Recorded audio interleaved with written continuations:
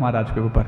अरे कम से कम तुम्हारे कबाड़े को, तुम्हारी गंदगी को यदि कोई लेने आया है तो उसके सामने तो अच्छे से बोलो, कौन लेने आया हमारे? अरे महाराज लेने आया, और कौन लेने आया?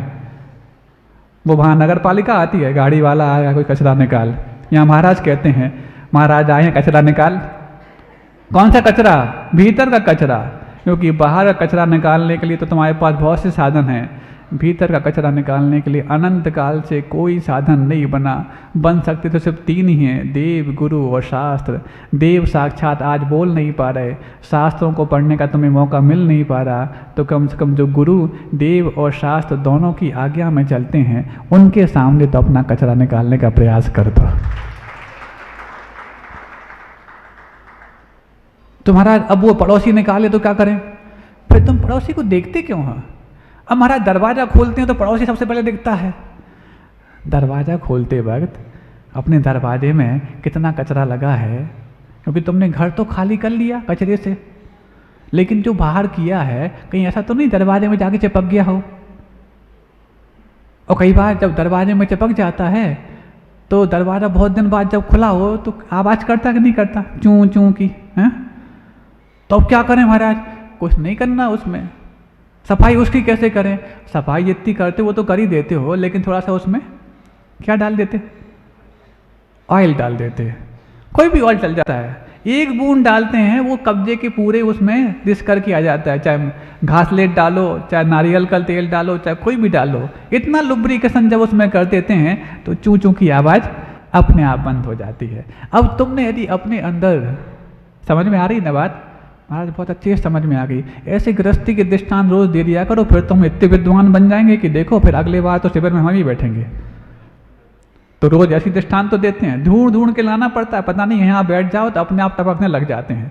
नए एक दृष्टांत आके इंटरव्यू देते हैं, पहले मुझे सुना दो, पहले मुझे सुना दो। हम कहते पहले रुको तो सही, पहले एक तो सुना दें, फिर उसके बाद तुम्हारा नंबर लग जाएगा तो ठीक है, नहीं तो 9:15 बज जाएंगे तो बंद, खेल खत्म।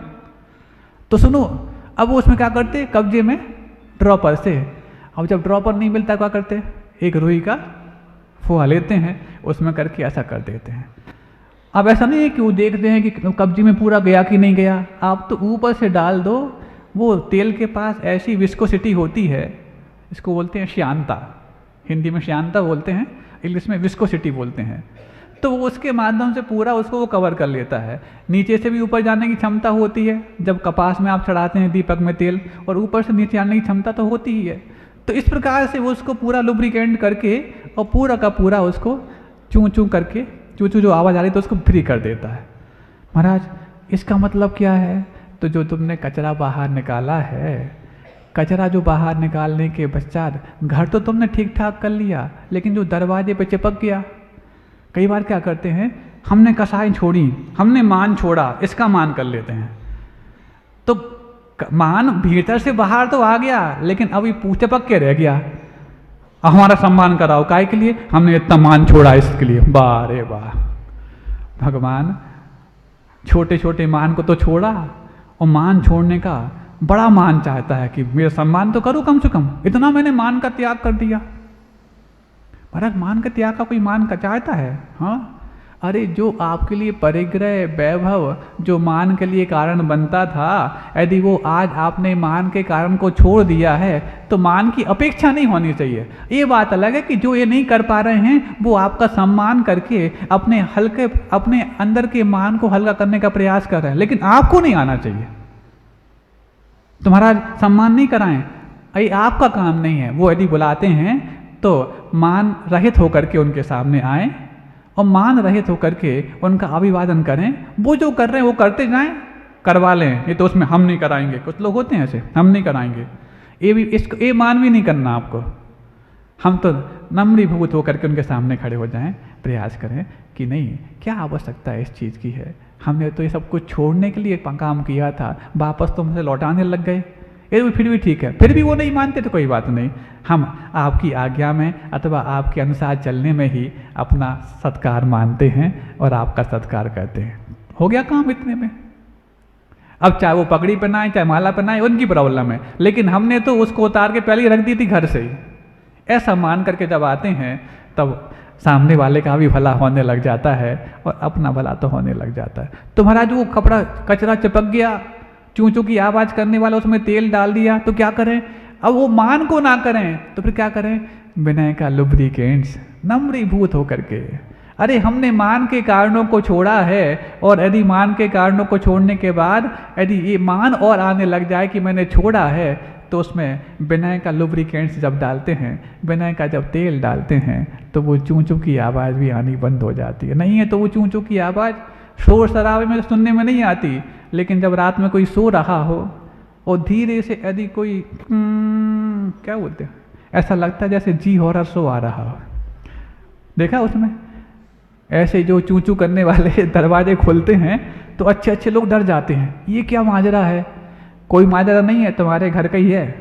हमारे घर में ऐसी आवाज़, हाँ तुमने भौतिकता की शोर शराबे में आज तक वो आवाज़ सुनी नहीं थी, लेकिन जब भौतिकता थोड़ी आध्यात्मिकता में बदलती है तब वो आवाज़ सुनने में आती है कि अभी ये कचरा और बाकी था। महाराज आज तो बहुत अच्छा उदाहरण लगा, अच्छा लगा। ताली नहीं बात कर रहे हैं, ताली बजाओ चाहे ना बजाओ, यदि अच्छा लगा है तो इसका उपयोग कर लेना। इतने घर गृहस्थी के दृष्टांत के माध्यम से भी यदि आपके अंदर भीतर के चढ़ने वाले परिणामों की यदि आपको परीक्षा करनी आ जाए, तो हमें लगता है कई बार कुछ दृष्टांत ऐसे होते हैं जो हमें बोलने में भी अच्छे लगते हैं, हमें याद करने में भी अच्छे लगते हैं। यहीं बैठे बैठे आते रहते हैं यार, हमने कहा वाह इसमें तुम्हें क्या मिला हमें नहीं मालूम, लेकिन हमें तो बहुत मिलता है। हमें कम से कम अपने भीतर भी क्या क्या परिणाम हैं उनको परखने का मौका मिल जाए, और परखते वक्त जब बोलते वक्त आपको यदि उसका कुछ फल मिल जाए तो आपका भी भला हो जाता है। आपका भला हो जाए वो आपके पुरुषार्थ से होगा, हमारा भला होने लगने पर हमें अंदर से प्रसन्नता तो अपने आप आने लग जाती। और जब बाहर का कचरा भी भीतर का कचरा भी बाहर आए बगैर नहीं रहता, तो भीतर की सुगंधी बाहर ना आए ऐसे कैसे संभव है? वो तो बाहर आती ही है। और पक्की बात है, अंदर का प्रमोद भाव जब चेहरे पे प्रसन्नता के रूप में सामने आता है, तो पक्का प्रमोद भाव तभी आता है जब भीतर की गंदगी कुछ हद तक कम जाल पड़ जाती है। ऐसे ही सहज मुस्कान आपके जीवन में आती चली जाए। महाराज आज आपने बहुत देर बाद बोला कि मुस्कान आए। रोज रोज बोलें क्या? जो रोज रोज बोलने के बाद चेहरे पे मुस्कान लाए, हम ये मानेंगे उसका कचरा भी बहुत ज़्यादा बाकी है। और ये आपका कचरा यदि 1 महीने में 1 महीना हो गया, 13 तारीख को आए थे, आज 14 हो गई, 1 महीने में यदि तुम्हारे भीतर कचरा कुछ साफ हुआ हो तो बिना बोले मंगलाचरण के बाद चेहरे पर मुस्कान की सुगंधी बिखेर देना। हम समझ जाएंगे कि जो भी समय यहाँ हो रहा है वो सार्थक हो रहा है। पूरा नहीं हुआ मानते हैं, लेकिन कुछ तो सार्थक हो रहा है। इतना भी चलता चला है तो बहुत अच्छी बात है। महाराज अब मान लो यदि ये तो समझ में आ गई, कबाड़ खाने की बात भी समझ में आ गई, रसोई घर की भी आ गई, बैठक की भी आ गई, और बेडरूम की सब आ गई समझ में। लेकिन महाराज जी यदि कुछ ऐसी कुछ वित्तीय व्यवस्थाएं होती हैं जिसको क्या बोलते हैं, ट्रेजरी। ट्रेजरी देखते हैं ना, आपके घर में तिजोरी होती ना, तिजोरी काय की होती है? भविष्य के लिए हम इस प्रकार से कुछ सेफ्टी रखेंगे। तो वो जो आपके संकल्प होते हैं आपके भीतर, उन संकल्पों की रक्षा करनी पड़ती है। संकल्प आपकी सबसे बड़ी संपत्ति है। संपत्ति की रक्षा का भी एक कमरा होता है, कुछ लोग बेडरूम में रख लेते हैं उसको, क्योंकि रात के समय अक्सर चोरी की संभावना रहती है, और रात के समय जहाँ पर आप निवास करते हैं वहीं ट्रेजरी भी रख लो, ख्वाब गाय के ख्वाब भी देखते रहेंगे और संपत्ति की रक्षा भी करते रहेंगे। होता कि नहीं होता ऐसा? देखो नई चीज़ आ गई है, एक के बाद एक नया नया दृष्टांत तैयार होता जा रहा है। अब इसमें क्या होता, सुनो, अब समझ में आ रहा है पीछे वालों को? क्यों? सटर से जो झुके बैठे हैं वो भी, उनको समझ में भी आ रहा है, और जो आगे बैठे उनको भी समझ में आ रहा है। आप सबके घरों में है ऐसी ट्रेजरी? महाराज सबके सामने मत कहियो, और ट्रेजरी हो तो कह दियो, लेकिन उसमें का है जो मत बताइयो, नहीं तो अभियाल कमेटी वाले पूछने लगे का है कि तो और बाकी है वे। तो हम तो कोई बात नहीं, आप किसी को मत बताना। आप तो कबाड़ खाना जैसे बताते नहीं हो, ऐसी कबाड़े के सामान तुम अपने घर में तिजोरी के अंदर क्या रखा बताते नहीं हो, लेकिन तिजोरी के अंदर यदि आपके संकल्पों का धन रखा हुआ है तो उसको समय पर लगाने का प्रयास अवश्य करना। नहीं है तो जैसे समय पर लगाने का प्रयास नहीं करने से अच्छी वस्तु भी कबाड़े में तब्दील हो गई, ऐसे ही वो तिजोरी में रखी हुई अच्छा धन और संपत्ति भी कबाड़े में तब्दील होने के पहले यदि काम में तब्दील हो जाए तो मानना कि वो ट्रेजरी वाकई में आपकी संपत्ति की और संकल्प की सुरक्षा का प्रतीक है। इसीलिए प्राय सभी लोगों ने अपने अपने भाव बना लिए, सबने अपनी अपनी घोषणाएं कर दी, सभी लोग अपनी अपनी पुण्यानुभूति कर रहे हैं। खास तौर से सुन लो, अब पुण्यानुभूति के लिए करने के लिए समय तो आपके पास बहुत है, लेकिन साधुओं का आशीर्वाद पाकर के पुण्यानुभूति करने का समय अब कम बचा है। सुन रहे हो? लेकिन यदि समय सीमा के भीतर यदि आज हमें अनुकूलता बनी है तो इस अनुकूलता को गुरुओं का आशीर्वाद मिलने का अवसर है, इसको चूको मत, नहीं है तो बाद में तो जमा करोगे, आशीर्वाद कहाँ से मांगोगे? महाराज हम आ जाएंगे जमा करने के बाद आपके पास जहाँ आप होगे। अरे यहाँ तो घर बैठे मिल रहा है, इसको छोड़ करके बाहर जाने की बात क्यों सोच रहे हो? अभी तो खुशी खुशी हम देंगे। और यदि आपका धन सदुपयोग हो जाए, धन तो अब दान करना ही है, लेकिन सदुपयोग में और लग जाए तो इसके लिए जिन जिन ने जो जो भी घोषणाएं की हैं और जो जो भी समय सीमा ली है, वो समय सीमा के भीतर आपको जमा करना ही तो संकल्प है ही। लेकिन समय सीमा का भीतर का समय वो होता है जो डेडलाइन के समय होता है, वो नहीं, जो आज अलाइव लाइन के समय है वो है। नहीं है तो हमने मान लो 5 महीने का समय लिया, 3 महीने का समय लिया, 1 महीने का समय लिया। आज जब साधु यहाँ सामने बैठे हैं, उनके सामने यदि जमा करोगे तो जमा तो कमेटी का होगा, भार तुम्हारा उतर जाएगा। और जब तुम्हारा भार उतर जाएगा तो दुनिया तुम्हारे आभार करने के लिए खड़ी पाई जाएगी। पुण्यानुभूति एक दिन में 2-2, 4-4, 5-5 हों, कई बार तो 2 दिन में 1 हो रही है, प्राय रोज होती है, लेकिन इसकी संख्या बढ़ाओ। यदि आपका धन समय पे लग गया, दान तो बोल ही दिया है, घोषणाएं तो हो ही गई हैं, लेकिन समय पे आवश्यकता के लिए लग जाएगा तो वो और पुण्यवान बन जाएगा। संत निवास की व्यवस्थाएं आएंगी और उसके बाद सारी चीज़ें पूरी होने के पश्चात फिर जो और योजनाएं हैं वो बाद में, जो प्राथमिक योजनाएं वो पहले पूरी की जाएंगी, बाद की योजनाएं वो भी हैं और भी जो आपने सोची रखी हैं। लेकिन यदि प्राथमिक योजनाओं में हमारा धन लग जाए तो इससे बड़ा पुण्य और क्या होगा? जमा तो करना ही है, तो पुण्यानुभूति की तीव्रता भी बढ़ाओ और पुण्यानुभूति का वजन भी बढ़ाओ। समझते हो? वजनदार होनी चाहिए।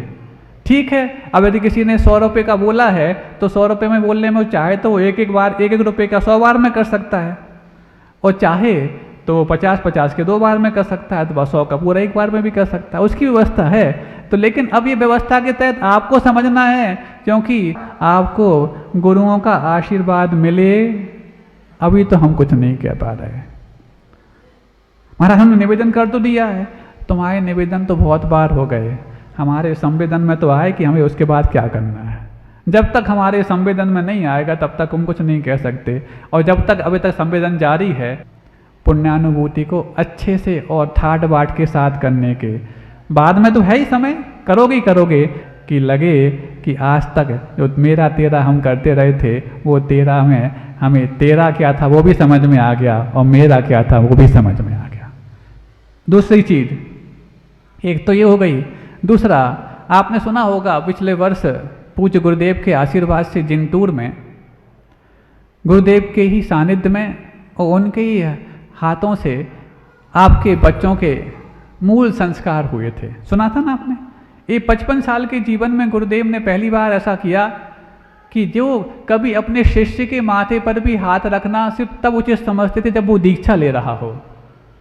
उसके अलावा कभी देखा होगी आचार्य ने किसी के सर पे हाथ रखा हो? नहीं। लेकिन आपके बच्चों ने दीक्षा नहीं ली, उस समय भी वो सिर्फ मूल संस्कारों के रूप में जब गुरुदेव के सामने पहुंचे तो आपके बच्चे के माथे पर हाथ रख करके गुरुदेव ने उनको धन्य कर दिया। ऐसा प्रयोग जो पिछले साल जिंदूर में प्रारंभ हुआ, सोचा गया है, भैया जी भी बोल रहे थे कि पंच कल्याणक के बीच कोई, सुनो, पंच कल्याणक के बीच कोई एक ऐसा दिन तय करके जिसमें आपके 8 वर्ष से लेकर के और 15-16 वर्ष तक के बच्चों के उपनयन संस्कार अथवा मूल संस्कार यदि हो जाएं तो वो दिन तय किया जा सकता है और प्राय करके यहाँ के लोग भी और आसपास के लोगों को भी अनुकूलता बन जाए। अब कुछ लोगों ने भावना एक प्रश्न किया था कि महाराज जी बच्चों के, लड़कों के तो हो जाते हैं, बच्चियों के लिए तो बच्चियों के लिए हमने कहा था कि साध्वियों के पास व्यवस्था है, आरिकाओं के पास है। लेकिन यदि मान लो, अभी हम उसके बारे में कुछ नहीं कह रहे, यदि बहनें लोग यदि ये कर सकती हों, पहले शायद उन्होंने किए हैं कि बहनें लोग, संकल्प तो सबके लिए एक से दिए जाएंगे, लेकिन जो कुछ भी स्वास्थ्य इत्यादि लेखांकित करना पड़ता है, यदि बच्चों के ऊपर वो बहनें लोग कर सकें और यदि आपकी अनुकूलता है तो उसको भी मना नहीं है। लेकिन बच्चों की तो साधुओं के माध्यम से होंगे। ये मूल संस्कार के लिए आप जितना, आप लोग भले ही बड़े बड़े हो गए, आप लोगों के जीवन में ये सौभाग्य मिला कि नहीं मिला हमें नहीं मालूम, कि साधुओं के माध्यम से आपके जीवन को उत्थान करने वाला वो मूल संस्कार, जिसको दूसरी भाषा में उपनयन संस्कार भी बोलते हैं, कुछ लोग मौजी बंधन भी बोलते हैं, अलग अलग व्यवस्थाएं हैं, लेकिन इसको मूल संस्कार नाम दिया था पूज्य गुरुदेव ने जिंतूर में। महाराज हमारे बच्चों के हो गए, जिनके हो गए कोई बात नहीं, लेकिन उसके बाद जो बच्चे पहले 7 साल के थे, आज वो 8 साल के यदि हो गए हैं तो उनको मौका मिल जाएगा। कभी प्रवाह बंद नहीं होता, हर साल दीक्षा हो तो भी दीक्षार्थी तैयार होते रहते हैं, तो फिर बच्चे तो तैयार होते ही रहते हैं। इस प्रकार से इसको करना है। और तीसरी बात और हमें कह दें, एक तो बता दी पुण्यानुभूति की बात, और दूसरा आपको बता दिया क्या, मूल संस्कार का। पात्रता कौन सी होती है महाराज, बच्चों को संस्कार दे के वो पात्र बन जाएंगे, दान देकर के दूसरे लोग पात्र बन जाएंगे। ये सब कुछ होने के बावजूद भी हमारे अंदर कल्याण के भाव प्रकट होते चले जाएं। कब तक हम भगवान के पंच कल्याणक मनाते चले जाएं? खुद का कल्याण कब शुरू होगा? नमस्कार तो इसलिए करते हैं कि वंदे तद्गुण लब्धये, आपके गुणों की प्राप्ति के लिए हमें आपको नमस्कार करना है। तो आपके गुण 5 कल्याणक के रूप में अथवा 8 सिद्धों के गुण के रूप में प्रकट हो गए, हमें वो कब प्राप्त होगा?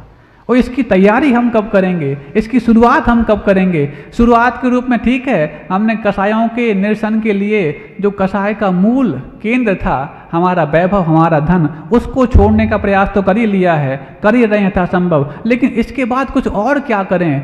इसके भी अंदर हमारे एक तैयारी होनी चाहिए। वो तैयारी कैसी करनी है समय आने पर बताया जाएगा।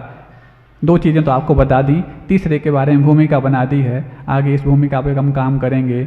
लेकिन पुण्यानुभूति की मात्रा भी बढ़े और वजन भी बढ़े। सुन रहे हो? पुण्यानुभूति की मात्रा भी बढ़े और वजन भी बढ़े। और दूसरा, मूल संस्कार के बारे में प्रचार प्रसार हो। ये 2 संदेश आप विशेष रूप से लेके जा रहे हैं। बाकी आपने कबाड़ खाना भी सुन लिया, रसोई घर भी सुन लिया, ख्वाब गाय भी सुन लिया और बैठक भी सुन ली, और उसके बाद आपकी ट्रेजरी की बात भी आपने बहुत अच्छे से सुन ली। ये आपके जीवन में उपयोग हो। इन्हीं भावनाओं के साथ अहिंसा परमो धर्म की